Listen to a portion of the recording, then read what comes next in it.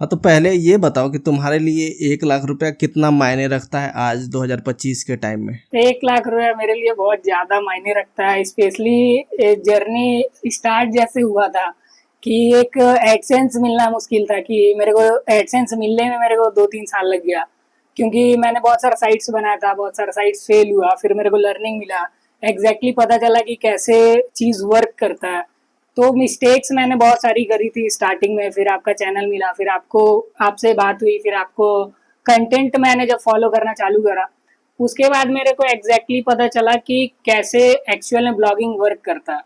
तो वैसे जगह से आना जहाँ पे मेरे को कुछ भी नॉलेज नहीं था, बिल्कुल ज़ीरो नॉलेज था, और वहाँ से एग्जैक्टली अभी खुद से साइट बनाना स्क्रैच से और उसको सोल्ड करना मेरे लिए बहुत ही बड़ी बात है। और ये मैं इसलिए बोल रहा हूँ क्योंकि मैंने ये स्किल से करा है, कुछ मैंने शॉर्टकट्स नहीं अपनाए, कुछ मैंने मतलब प्रॉपर हार्डकोर स्किल सीख कर ही मैंने किया। तो इस चीज़ का मेरे को ज़्यादा प्राउड होता है बजाय इस चीज़ का कि मैंने 1 लाख रुपये अर्न किया, क्योंकि मेरे पास अब स्किल आ चुकी है, तो मैं इसको और भी स्केल कर सकता हूँ। तो अभी मैंने ये पूछा कि 1 लाख कितना इम्पोर्टेंट रखता है, मतलब 1 लाख रुपया में अभी तुम क्या क्या सोच सकते हो, ये पूछ रहा हूँ। 1 लाख रुपए में बहुत सारी चीज़ें मैं सोच सकता हूँ, स्पेशली अभी तो मेन फोकस मेरा फंड्स को रख के बैकअप क्रिएट करना है और फ्यूचर में और नए प्रोजेक्ट्स को चालू करना है। तो 1 लाख मायने तो रखता है, क्योंकि अगर मैं कहीं जॉब भी करता और अगर एवरेज सैलरी अगर 10,000 भी मिलता है, तो मेरे को 1 लाख करने में काफ़ी टाइम लग जाता। और यहाँ पर ऑल ऑफ सडन अगर मिल रहा है तो एक अच्छा अमाउंट है, जिससे कि और फ्यूचर में जो भी मैं सोच रहा हूँ प्रोजेक्ट चालू करने को इंस्टेंटली हो सकता है। क्योंकि बहुत बार क्या होता है कि आइडिया तो आपके पास रहता है, but due to lack of funds आप उसको स्टार्ट नहीं कर पाते, और स्टार्ट अगर नहीं करते तो आपको पता नहीं चलता कि क्या वर्क कर रहा है क्या वर्क नहीं करता है, और वो आप एक लूप में फंस के ही रह जाते हो। तो मेरे लिए तो बहुत ज़्यादा मायने रखता है, क्योंकि इससे आपको सिर्फ एक बैकअप नहीं मिलता, आपको इससे एक सेफ्टी नेट मिलता है, जिससे आप और एक्सप्लोर कर सकते हो और एक्सपेरिमेंट कर सकते हो अपने आइडियाज़ को छोटे छोटे बजट्स लगा करके। ठीक है, अब लोगों को कंटेक्स्ट दे देते हैं कि आखिर 1 लाख का ही बात क्यों हो रहा है। तो बताओ 1 लाख का बात क्यों हो रहा है, रिसेंटली तुमने 1 लाख कैसे रुपए कमाए हैं वो थोड़ा सा बता दो कि लोगों को थोड़ा कंटेक्स्ट समझ में आ जाए। तो ये जो 1 लाख का बात हो रहा है, ये मैंने एक साइट स्टार्ट किया था, प्रॉपर मैंने भैया को फॉलो किया था स्टार्टिंग से, और मैंने उनकी वीडियोस को देखी, मैं भैया के टेलीग्राम ग्रुप में भी ज्वाइन था, और भैया से पर्सनली बात हुआ, और इससे मेरे को काफ़ी आइडिया लगा कि ब्लॉगिंग कैसे वर्क करता है। और ये जो मैंने जो भी 1 लाख रुपया मैंने जनरेट करा, वो अपने एक खुद की माइक्रो निश यूएस बेस्ड साइट को रैंक करके ट्रैफिक ला के उसको मोनेटाइज करके सेल करा। तो जो कॉन्टेक्स्ट 1 लाख का वो यही है कि मैंने अपने खुद की साइट को स्क्रैच से स्टार्ट करा, ट्रैफिक लाया, मोनेटाइज करा, और फिर उसको बायर को सेल करा। ठीक है, तो जैसा कि आप लोगों को पता है कि अपने चैनल पे हम लोग करोड़ों 50 लाख 20 लाख ये सब नहीं करते हैं। हमारे पास उतने लोगों का रीच नहीं है, चाहे कुछ भी। जो भी अपने चैनल से सीख के 1 लाख रुपया 50,000 2 लाख 3 लाख करते हैं, उन्हीं को हम लोग ज़्यादा कवर करने की कोशिश करते हैं, क्योंकि मैक्सिमम लोग वही हैं ना अपने यहाँ कि जो सीखने वाले हैं। मान लो मैं करोड़ों करोड़ों ही दिखाऊं, कहीं से दिखा दूं, किसी को ला दूं, तो लोग तो मिल जाएंगे, बट उससे एक एक्चुअल न्यू ब्लॉगर को क्या फ़ायदा। तो न्यू ब्लॉगर को तभी फ़ायदा है जब एक नया ब्लॉगर क्या गलती कर रहा है, क्या प्रोसेस फॉलो करके उसने फर्स्ट सक्सेस मिला, वो उससे ज़्यादा उसको बेनिफिट होता है। तो इसीलिए मैं ये कोशिश करता हूँ कि ये सारी चीज़ें कवर करूँ। तो अब ये चीज़ें बताओ कि थोड़ा सा अब अपने बैकग्राउंड में चलते हैं कि तुम कहाँ से हो, क्या है नहीं है, कब से ब्लॉगिंग कर रहे हो, और क्या सीन है अभी तुम्हारा एग्जैक्टली वो बताओ थोड़ा सा। तो अभी मैं अगर बात करूँ तो मैं अभी बोकारो झारखंड में रहता हूँ, और मैं अभी अपना एजुकेशन भी साथ साथ कर रहा हूँ। मैं अभी सेमेस्टर 6 का एग्ज़ाम देने वाला हूँ इस साल। मैं बीकॉम कर रहा हूँ, ये एजुकेशन की अगर मैं बात करूँ। और उसके अलावा ब्लॉगिंग की बात करूँ तो मैं ब्लॉगिंग में काफ़ी पहले जुड़ा था, but due to some reason मैंने ब्लॉगिंग कंटिन्यू नहीं करा, क्योंकि फैमिली का कुछ इश्यूज था, कुछ फैमिली की रिस्पॉन्सिबिलिटी थी, जिसकी वजह से मेरे को जॉब कंटिन्यू करना पड़ा, और मैं ब्लॉगिंग को इतना टाइम नहीं दे पाया। और ब्लॉगिंग स्टार्ट करने के बाद एक और चीज़ ये हुई कि मेरे को राइट गाइडेंस शुरू से नहीं मिला, जिसकी वजह से मेरा काफ़ी टाइम वेस्ट हुआ। मैंने अजीबो गरीब सा मेथड इस्तेमाल किया, पिंटरेस्ट रैंक कर रहा है तो कीवर्ड टारगेट कर लो, यूट्यूब वीडियो रैंक कर रहा है तो कीवर्ड टारगेट कर लो, और भी काफ़ी सारी ये सब जो चीज़ें हैं पहले काफ़ी चलती थी, और लोगों ने इसको यूट्यूब वीडियो बना के काफ़ी व्यूज़ भी लिए और अभी भी लेते हैं। तो दिक्कत ये होता है कि आप अगर शॉर्टकट के चक्कर में रहते हो तो आपका टाइम तो बर्बाद होता है, एनर्जी भी वेस्ट होती है, और कहीं ना कहीं अगर आप इनिशियल स्टेज में हो तो आपका एक लिमिटेड फंड होता है, और अगर आपका अगर फंड चला जाता है ना तो मोटिवेशन भी चला जाता है, फिर आप न्यू प्रोजेक्ट फिर से स्टार्ट करोगे, फिर से उतना टाइम लगाओगे। तो ब्लॉगिंग की जर्नी तो स्टार्ट हो गई थी, बट मेरे को कोई राइट गाइडेंस देने वाला नहीं था। और जब मैं स्टार्टिंग में था तो राइट गाइडेंस नहीं मिलने की वजह से काफी टाइम मैंने वेस्ट करा। फिर धीरे धीरे यूट्यूब एक्सप्लोर करते करते आपका पहला वीडियो मिला था मेरे को, कंटेंट राइटिंग कैसे करते हैं, और जब मैंने वो वीडियो देखा और जो वैल्यू मिला था वहीं से मैं आपसे जुड़ा था। और उसके बाद मैंने आपका टेलीग्राम ग्रुप में ज्वाइन हुआ, और वहां से मेरे को एग्जैक्टली जब आपका पेड ब्लॉगिंग का कोर्स आया था, वो लिटरली मैं बता दूं किसी को भी अगर ब्लॉगिंग सीखना है, वो कोर्स मोर देन 50,000 से प्लस का। मैं ये लिख कर दे सकता हूँ क्योंकि मैंने काफी कोर्सेज ले रखा है, मैंने पेड कोर्सेज भी लिया था काफी सारे क्रिएटर्स का। कोई भी क्रिएटर आपको वो चीजें नहीं बताता जो इंडस्ट्री में एक्चुअल में वर्क करती है, और बहुत कम लोग हैं जो सेल्फलेसली आपको वो वैल्यू प्रोवाइड करने का कोशिश करते हैं जो आपको एक्चुअल में हेल्प करता है पैसे कमाने में। और विकास भैया से मैं आज से नहीं जुड़ा हूँ, बहुत दिनों से जुड़ा, और मैंने इनके जैसा अभी तक क्रिएटर नहीं देखा जो सेल्फलेसली लोगों को हेल्प करना चाहते हैं, और इनका टेक्निक को यूज करके और स्ट्रेटेजी यूज करके बहुत लोगों ने सक्सेस भी हासिल किया। और मैंने भी इन्हीं का वीडियो को फॉलो करा, ब्लॉगिंग की जर्नी स्टार्ट करा, और इनिशियल स्टेज में कुछ ब्लॉग्स भी मेरे फेल हुए, बट मैंने उसको एज अ लर्निंग लिया, क्योंकि स्टार्टिंग में गलत मेथड फॉलो करने से आपको सक्सेस नहीं मिलता, ठीक है। और भैया ने मुझे काफी बार पर्सनली भी बहुत समझाया, मेरे को गाइड किया, और मुझे ट्रैक पे लाया बहुत बार। भैया मुझे डांटते भी थे, और मैं मुझे इससे कुछ इशू नहीं था क्योंकि वो कहीं ना कहीं मेरे को सही डायरेक्शन देने के लिए डांटा करते थे, और इसी के वजह से मैं ब्लॉगिंग की जो जर्नी थी उस पर सक्सेस हो पाया, और अपना खुद का ब्लॉग बनाया और उसको सेल करा। तो अभी तक मेरा ब्लॉगिंग का यही सीन चल रहा है। बाकी अभी मेरा करंटली खुद का कुछ वेबसाइट चल रहा है खुद की, और मैं कुछ जो प्रोजेक्ट्स है वो स्टार्ट करने की सोच रहा हूँ, और ये सारा पॉसिबल मेरे हिसाब से भैया के वजह से ही हुआ है, और मैं सारा क्रेडिट भैया को ही दूंगा। क्रेडिट बाद में बात करेंगे, पहले अब ये बताओ कि तुमने बोला कि मतलब बहुत दिनों से था, बीच में छूट गया, ये सब ठीक है। तो अब ये कुछ चीज़ें अब बात कर लेते हैं कि सेलिंग वाले चीज़ें पे। तो तुम्हारा जो ब्लॉग बिका है एग्जैक्टली कितने अमाउंट में बिका है, पहले वो थोड़ा शॉर्ट में बता दो। तो जो मेरा साइट जो सेल हुआ था वो $1,500 में हुआ था, और जिसमें से $400 जो था वो प्लेटफॉर्म ने अपना खुद का कमीशन रखा था। तो एग्जैक्टली मेरे को $1,100 रिसीव हुआ था। और ये साइट मोशन इन्वेस्ट पे सेल होता है। अब देखो बहुत लोग को लगेगा ना कि साइट पे बहुत ज़्यादा इनकम होता है, बहुत ज़्यादा ट्रैफिक आता है तभी सेल होता है। तो थोड़ा सा आप बता दो कि आपके साइट पे डेली का कितना ट्रैफिक था, ठीक है, और डेली का इनकम कितना था, ठीक है। अगर मैं डेली की ट्रैफिक की बात करूँ तो मेरे साइट पे ऑलमोस्ट एवरेज अगर मैं बात करूँ तो 40 to 50 क्लिक्स ही आता था डेली का। और अगर मैं रेवेन्यू की बात करूँ तो मेरा $1 से $2 बनता था, कभी कभी अगर अच्छा एड अगर आ रहा है तो 3-4 भी जाता था, बट एवरेज अगर मैं बात करूँ तो $1 से $2 के बीच ही बनता था। मतलब ट्रैफिक 30-40 क्लिक आते थे तो 100 के नीचे ही डेली का ट्रैफिक था तुम्हारा, राइट। हाँ तो हाँ, देखो 100 के बहुत नीचे लोग ट्रैफिक। जैसे ना आप लोग मेनली, अब यहाँ पे मैं थोड़ा सा वर्डिक्ट देने वाला हूँ। बहुत लोग ना आप इंडिया नीसेस या ये सब चीज़ों पे काम करते हो और वहाँ पे 1000 भी ट्रैफिक आता है फिर भी उसका कोई वैल्यू नहीं है, ठीक है, क्योंकि इंडियन साइट नहीं बिकती है। वहीं अगर आप यूएस वाले साइट पे 50-100 के आसपास भी ट्रैफिक ला के $1 भी ला देते हो तो चांसेज है कि वो साइट आप आसानी से 80,000 90,000 लाखों में बेच सकते हो। बट डिपेंड करता है कि आप नीसेस कैसे से चूज किए हो, क्या काम किए हो। थोड़ा भी ट्रैफिक आएगा तो साइटें यूएस वाली बिकती है, ठीक है। बाकी और जानकारी के लिए अपना कोर्स है वो ज्वाइन कर सकते हो, ठीक है। तो अब बताओ, जैसे कि तुमने बताया कि तुमने बहुत सारे पेड कोर्स ज्वाइन किए थे पहले, तो हाईएस्ट कितने अमाउंट का पेड कोर्स ज्वाइन किया था और इन टोटल कितना ज्वाइन किया, विदाउट नाम लिए बता सकते हो तुम। अगर मैं ऐसे बात करूँ तो मैंने अराउंड 5 से 6 ब्लॉगिंग के कोर्सेज लिए हैं, और कुछ था जो स्टार्टर टाइप का था जो कि 400-500 का था, और अगर मैं टोटल करूँ तो मैं अराउंड 15 to 20,000 का ब्लॉगिंग का कोर्स लिया हूँ। मतलब एसईओ को भी अगर ले लूँ और ब्लॉगिंग का, तो ओवरऑल मेरा 15 to 20,000 मैंने ब्लॉगिंग के कोर्स में इन्वेस्ट करा।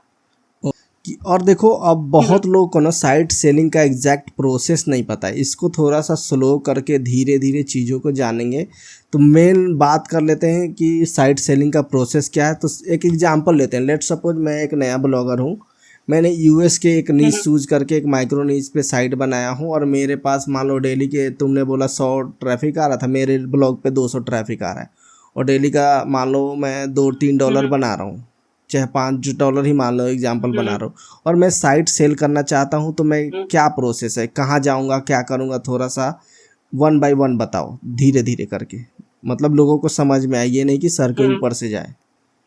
तो प्रोसेस काफी कॉम्प्लिकेटेड नहीं है, सिंपल प्रोसेस है। अगर आपको कोई भी आपका ब्लॉग या साइट को सेल करना है तो सबसे पहले आपको प्लेटफॉर्म डिसाइड करना पड़ेगा। मार्केट में बहुत सारे प्लेटफॉर्म है, मोशन इन्वेस्ट है, फ्लिपा है, एम्पायर फ्लिपर है, बहुत सारे प्लेटफॉर्म है। बट हम लोग एज अ बिगिनर ब्लॉगर जो स्टार्टर है उनके लिए बेस्ट मोशन इन्वेस्ट है। तो मोशन इन्वेस्ट में अगर आपको साइट को सेल करना है या लिस्ट करना है तो सबसे पहले उनका एक खुद का टूल है, साइट वैल्यूएशन चेकर। अगर वहां पर आप जाकर अपना साइट का यूआरएल सबमिट करते हो तो आपसे कुछ डिटेल्स मांगता है कि आपका मंथली का ट्रैफिक कितना हो रहा है, एवरेज अर्निंग कितनी हो रही है, ट्रैफिक का जो विजिटर है वो कहाँ से आ रहा है, पेज यूज कितना है। तो ये सब आपको बेसिक्स डिटेल अगर आप फिल करते हो तो फिर वो आपको खुद ईमेल करते हैं। ईमेल में फिर वो आपसे और डिटेल्स मांगते हैं कि और डिटेल में बताओ, एडसेंस का जो है वो स्क्रीनशॉट भेजो, वीडियो को थोड़ा स्क्रीन रिकॉर्डिंग करके भेजो ताकि रियल लगे कि आप एक्चुअल में अर्न कर रहे हो, क्योंकि बहुत सारे लोग फेक भी दिखा देते हैं। इस वजह से ये ऑथेंटिकेशन का प्रोसेस है। तो फिर प्रोसेस ज्यादा ऐसा कॉम्प्लिकेटेड नहीं है, आपको वो बेसिक सा प्रोसेस फॉलो करना पड़ेगा। फिर वो मोशन इन्वेस्ट की सबसे अच्छी बात है कि आपको हर स्टेप पे गाइड करते हैं कि आपको मतलब पूरा प्रॉपर ट्यूटोरियल रहता है कि आपको ऐसे एडसेंस का वीडियो का रिकॉर्ड ऐसे करना है, स्क्रीनशॉट ऐसे लेना है, आपको यहाँ पर साइन करना है। तो आपके लिए वो जो प्रोसेस है बहुत ईजी हो जाता है। ठीक है, तो एक बार जब आपकी साइट का वैल्यूएशन डिसाइड हो गया तो आपको एक एग्रीमेंट भेजते हैं जिससे वो लिस्टिंग के लिए एक एग्रीमेंट होता है जिसमें आपको साइन करना पड़ता है कि आपका जो साइट है वो इतने प्राइस पे लिस्ट होगा। उसके बाद क्या होता है कि जब आपका साइट लिस्ट हो जाता है तो क्या करता है, मोशन इन्वेस्ट बायर्स को फाइंड करता है जिसके लिए वो बेसिकली जाना जाता है। तो जब बायर्स फाइंड होता है तो अगर आपके साइट को अगर लेट सपोज $2000 में लिस्ट किया गया और अगर कोई बायर है जो सामने से काउंटर ऑफर आपको करता है कि अगर $1000 कोई ऑफर कर रहा है तो मोशन इन्वेस्ट वाला आपको मेल करके बता देगा कि आपके साइट के लिए एक बायर मिला है हमें हमको जो कि $1000 पे कर रहा है। अगर आप इंटरेस्टेड है तो आप साइट को सेल कर सकते हो, जो मेरे केस में भी हुआ था। मेरे को फर्स्टली बायर ने $1000 ही बोला था, तो मेरे को $1000 में सेल नहीं करना था क्योंकि मेरे साइट का जो वैल्यू था उससे ज्यादा था। तो फिर मैंने काउंटर भैया ने यहाँ पर गाइड किया था और मैं काउंटर ऑफर किया कि मेरे को इतने में सेल नहीं करना, मैंने जो प्राइस बोला है या जो प्राइस लिस्ट हुआ है मेरे को उतना ही में सेल करना है। तो फिर ओवर द टाइम क्या होगा कि जो बायर आपको उतना पे करेगा वो आपको ऐसा we have got a good news for you करके मेल करेंगे और आपको प्रॉपर बताएंगे कि आपका साइट अब लिस्ट हो चुका है। फिर उसके बाद आपको एक एग्रीमेंट देंगे, फिर उसको साइन करना प्रॉपर। उसके बाद वो आपसे जो भी आपका वेबसाइट का क्रीडेंशियल्स है, वर्डप्रेस का डिटेल या अगर तो आपको यहाँ तक अभी रुक जाओ, एक मिनट आईडी पासवर्ड होल्ड करो। यहाँ तक तो मान लो ये होगा कि लिस्ट किया और बायर आते हैं हमारी साइटों को बाई कर लेते हैं। अब थोड़ा सा और बैक में चलते हैं, लेट सपोज मेरा $2 है, ठीक है, या $3 ही मान लो, तो मेरा साइट का वैल्यूएशन कितना हो सकता है, थोड़ा एक रफ आइडिया, किस बेस पे ये आइडिया लगता है, कुछ तुम्हें आइडिया है इसके बारे में? तो अगर आपका साइट डेली का $2 बना रहा है तो मंथली का वो एटलीस्ट $60 बना रहा, तो उसके हिसाब से जनरली जो होता है वो 20x या 25x पर साइट जो होता है लिस्ट होता है या सेल होता है। बट ऑल्दो ये डिपेंड करता है कि आपका नीश किस पे है। जैसे कि अगर आपका कॉपीराइट वाला नीश है, ट्रेडमार्क वाला नीश है, मतलब वो नीश पे पूरा डिपेंड करता है। तो उस हिसाब से वो आपको वैल्यूएशन देते हैं कि आपको 18x पे वैल्यूएशन दे रहे हैं या 20x पे दे रहे हैं। हालांकि अगर आपको उनके वैल्यूएशन से आपत्ति है या फिर आप सोच रहे हो कि और ज्यादा होना चाहिए तो आप उनको काउंटर बोल सकते हो कि एज पर मेरा करंट अर्निंग जितना है या फिर एज पर जितना ट्रैफिक आ रहा, मेरे हिसाब से साइट का जो वैल्यूएशन है वो 1500 होना चाहिए था, अगर वो 1300 बोल रहे हैं, 1200 बोल रहे हैं। तो वो डिपेंड करता है नीच पे और दूसरा ट्रैफिक पे और अर्निंग पे। लेकिन ओवरऑल अगर $2 का साइट है तो वो ऑलमोस्ट मेरे हिसाब से 1800 या $1500 में लिस्ट हो जाएगा। ठीक है, मतलब आपके मंथली जितना भी बन रहा है ना उसका आप 20 से लेकर 30 से गुना करके इसी रेंज में ही आपकी साइट लिस्ट होती है और इसी रेंज में ही आपकी चांसेज है कि साइट सेल हो जाती है। बेशक ये होना चाहिए कि आपने साइट अच्छे तरीके से काम किया हो, नीसेस अच्छा हो, डोमेन अच्छा हो, ये सब अगर सही रहेगा तो आपकी साइटें सेल हो जाएगी। ठीक है, ओके, लेट सपोज बायर ने आके मेरी साइट बाई कर ली, तो उसमें मेरे को क्या क्या देना होता है? बहुत लोग को यही कन्फ्यूजन होता है कि एडसेंस भी जाता है क्या, होस्टिंग भी जाएगा क्या, क्या क्या देना होता है? जो अकाउंट या जो चीज़ें हमें एसेट देना है वो बताओ, सिर्फ एसेट के बारे में बात करो कि क्या क्या देना पड़ता है या क्या क्या तुमने दिया था। तो इसमें क्या है ना कि इसमें क्या होता है कि मोशन इन्वेस्ट आपको एक फॉर्म फिल करने बोलते हैं, ठीक है। उसमें क्या होता है कि आपको दो चीज होता है, या तो आप मैनुअली सारा कुछ ट्रांसफर करो, सारा कुछ डाउनलोड करो और बैकअप सारा लो साइट का और खुद से ट्रांसफर करो, ठीक है। ये पहला ऑप्शन। दूसरा ऑप्शन वो ये देते हैं कि ये वो अपने साइट से कर देंगे। अगर आपको इसका नॉलेज नहीं है, आइडिया नहीं है, तो आप वहाँ एक ऑप्शन आता है कि आई डोंट वांट दिस, तो वो अपने साइट से वो सारा बैकअप जो भी आपका वो खुद ले लेते हैं। और रहा बात असेट्स का ट्रांसफर होता है, तो जनरली आपका वर्डप्रेस का जो क्रीडेंशियल्स है वो डिलीवर होगा। आपका अगर सोशल मीडिया का अकाउंट है, आईडी पासवर्ड वो डिलीवर होता है। एडसेंस अकाउंट नहीं डिलीवर होता है। एडसेंस जो भी आप एडसेंस अगर आपका है तो वहां से आपको साइट को हटाना पड़ेगा, क्योंकि जो भी बायर लिया वो अपने मोनेटाइजेशन मेथड को यूज करने के लिए लिया है, तो आपको एडसेंस वो साइट को हटानी पड़ेगी। और इसके बाद अगर मैं बात करूं तो अगर आपका कोई क्या बोलते हैं उसको न्यूज़लेटर है या फिर जिसमें आपका ईमेल का सब्सक्राइबर वगैरह, तो वो आपको ट्रांसफर करना पड़ सकता है। तो बेसिक यही सब ट्रांसफर क्या करना होता क्या यूजर को अपना जीमेल भी देना पड़ता है? है। जीमेल आपको वो देना पड़ेगा जिसका आपका वर्डप्रेस पे जिससे आप लॉगिन करते हो, नहीं तो वो आपको जीमेल जीमेल मतलब जीमेल का पूरा हाँ अकाउंट ही आई देना पड़ेगा? नहीं नहीं नहीं, जीमेल का पूरा अकाउंट आपको नहीं देना पड़ता है। जीमेल का पूरा अकाउंट नहीं देना पड़ता है। वर्डप्रेस का सिर्फ आईडी और पासवर्ड आपको देना पड़ता है। ठीक है, वो आगे फर्दर चेंज कर सकते हैं। मतलब कि क्लियरली देखो, आप लोग हाँ को गाइज ना एडसेंस देना पड़ता है, ना ही आपका होस्टिंग जाता है, ना ही आपका जीमेल जाता है। सिर्फ और सिर्फ आपका साइट डोमेन और वो उसके जो भी बैकअप रहते हैं वो जाते हैं। Social media account like Facebook page हो गया, इंस्टाग्राम पेज हो गया, पिंटरेस्ट हो गया, ये सब जाता है, बाकी कुछ नहीं जाता है। बाकी आप बताओ, मोशन इन्वेस्ट कितना सक्सेस फी चार्ज करता है या कितना आपसे चार्ज किया था? मोशन इन्वेस्ट का जो सक्सेस फी है वो $400 है। और मेरे हिसाब से वो थोड़ा हाई है, क्योंकि जिस हिसाब से मेरे साथ जो एक्सपीरियंस था, उनका जो टीम है वो थोड़ा मेरे हिसाब से वो मेरे केस में तो थोड़ा स्लो था। तो वो 2-3 बार फॉलो अप करना पड़ता था तब रिप्लाई आता था उनका। बट हालांकि प्लेटफॉर्म ओवरऑल बट अच्छा है। एक चीज़ ये देखो ना कि अगर $1 या $2 की साइट का 1 लाख रुपया जो दे रहा है, तो थोड़ा सा उधर से कट तो अपना रखेगा। तो उस हिसाब से मैनेज हाँ रखोगे तो हो जाएगा, बट थोड़ा सा हाई है। इसको अराउंड 200 या 250 होना चाहिए था, 400 नहीं होना चाहिए था, हाँ थोड़ा सा हाई तो है। हाँ हाँ ठीक है, तो ये हो गया मोशन हाँ। इन्वेस्ट का। उसके बाद पेमेंट कैसे आएगा? मान लो कि ये सारा मैंने साइट ट्रांसफ़र कर दिया, पेमेंट मेरे अकाउंट में कैसे आएगा? कैसे आया था तुम्हारे अकाउंट में? तो पेमेंट के लिए बेसिकली आपको मेथड सेलेक्ट करना पड़ता है कि अगर आप पेपैल पे पेमेंट लेना चाहते हैं तो वहाँ पे आपको उसका जो आईडी है वो डालना पड़ता है। पेपैल पे अगर लेना चाहते हैं पेमेंट, अगर आप बैंक में पेमेंट लेना चाहते हैं तो उसके लिए ट्रांसफर वाइज करके एक आता है, उसको आप सेलेक्ट कर सकते हैं। वहाँ पर आपको अपना बैंक का डिटेल्स डालना पड़ेगा, अकाउंट नंबर, स्विफ्ट कोड और ब्रांच, ये 3 चीज़ आपको डालना पड़ेगा। और फिर वहाँ से स्विफ्ट कोड बहुत बार आपको बैंक जा करके मिलेगा, तो वो स्विफ्ट कोड मिलने के बाद आपको ज़्यादा नहीं, उसके बाद जो उनका एक प्लेटफॉर्म है पेमेंट इंटीग्रेशन का, मेरे को नाम वाइज, हाँ वाइज उनका पेमेंट इंटीग्रेशन का सिस्टम है। वाइज के साइट से आपको मेल आएगा कि आपका जो पेमेंट है वो मोशन इन्वेस्ट के द्वारा रिलीज कर दिया गया है। आपको 1 वीक के बाद आपको पेमेंट मिल जाएगा। तो 1 वीक के बाद ऑलमोस्ट 1 दिन डिले हो सकता है, बट ऑलमोस्ट 1 दिन के बाद आपको पेमेंट मिल जाएगा आपका बैंक अकाउंट में। ये तो प्रोसेस के बारे में हो गया। आप देखो, बहुत जगह नेगेटिविटी चल रहा है कि ब्लॉगिंग डेड हो गया है, चाहे इसका फ्यूचर कम है। मैंने भी टेलीग्राम में डाला है कि अगले 2 साल तक ही जो करना है कर सकते हो, बाकी उसके बाद बहुत ज़्यादा प्रॉब्लम होने वाला है। तो इसको लेके तुम क्या सोच रहे हो, ये बताओ कि आगे का क्या प्लानिंग है, कैसे सोच रहे हो इसको, मतलब किस हिसाब से ले रहे हो, या नए ब्लॉगर को किस हिसाब से लेना चाहिए? अपना ही बता दो तो लोग उससे रिलेट कर लेंगे। पहली बात तो कोई इसमें दो राय नहीं है कि ब्लॉगिंग में इफेक्ट तो पड़ेगा, क्योंकि गूगल एआई मोड लेके आया है, तो इफेक्ट तो पड़ेगा, no doubt about it. But दूसरा एक्सपेक्ट पे अगर आप देखें या दूसरा पर्सपेक्टिव से देखें तो आपका स्किल कभी भी खराब नहीं जाएगा। ठीक है, तो अगर आप ब्लॉगिंग से लेट सपोज अगर मैं खुद की बात करूँ, मैंने ब्लॉगिंग में मेरे को याद है मैंने 3 साल दिया था, तब जाके मेरे को एडसेंस का अप्रूवल मिला था। और मैं इसलिए बोल रहा हूँ क्योंकि मेरे 2 साइट्स फेल हुई थी। मैंने फर्स्ट साइट बनाया था बिजनेस आइडिया से रिलेटेड, वो भी फेल हुआ था। दूसरा मैंने एक और साइट बनाया था, वो भी फेल हुआ था। ठीक है, तो मेरे को 3 साल लग गया था एडसेंस अप्रूवल लेने का, लिटरली मेरे को 3 साल लगा था और 8 रिजेक्शन मिले थे, तब जाके मेरे को एडसेंस का अप्रूवल मिला था।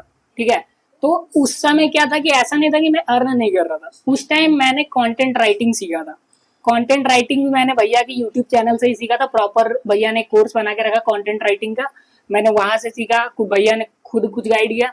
तो ऐसा नहीं कि मैं अगर ब्लॉगिंग से पैसे नहीं बना रहा था तो मैं पैसे ही नहीं बना पा रहा था, मैंने कंटेंट राइटिंग से भी अच्छा पैसा बनाया।